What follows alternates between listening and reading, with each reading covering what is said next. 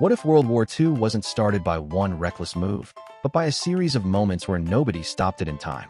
Because step by step, Germany didn't force its way into war. It tested how far the world would let it go.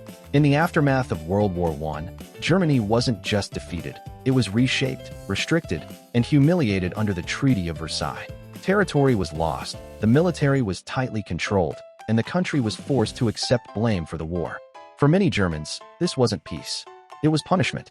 That frustration, combined with economic collapse and political instability, created the perfect conditions for radical politics to rise. And eventually, a new leadership came to power promising something simple: undo Versailles and restore Germany's strength.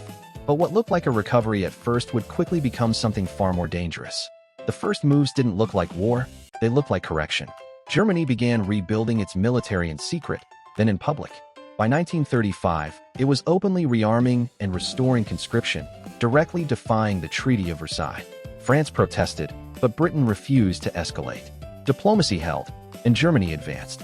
Then came a symbolic win. The Saar region voted overwhelmingly to rejoin Germany after a League of Nations referendum.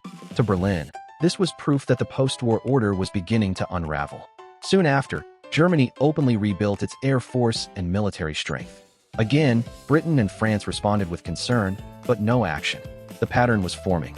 When Germany moved troops into the Rhineland in 1936, a direct violation of Versailles, the world had a clear chance to intervene. France had the military advantage in the region, but fear of escalation, political hesitation, and lack of British support stopped any response. So Germany did something critical. It stayed. No consequences. And that silence became permission. By 1938, Germany turned toward Austria. Austria was already politically unstable, divided between independence and unification with Germany.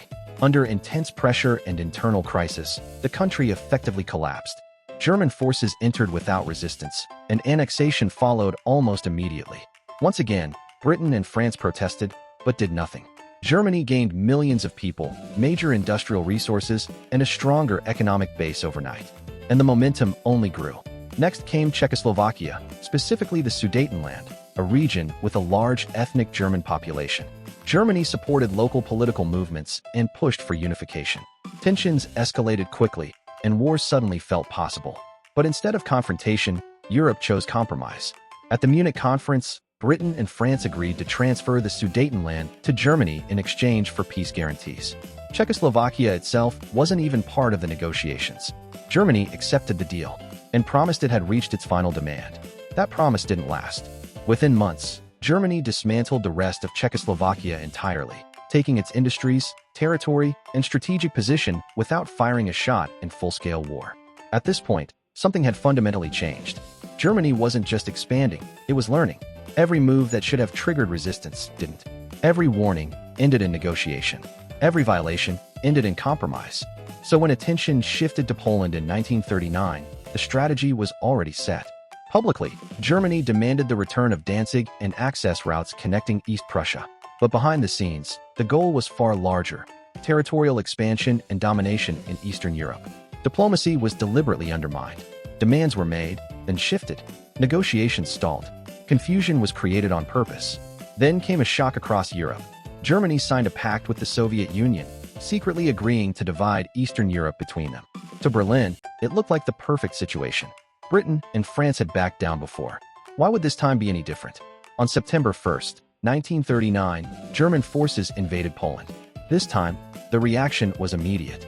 Britain and France declared war. And the assumption that had guided every step of Germany's expansion, that the world would not fight back, collapsed in a single moment, launching the Second World War.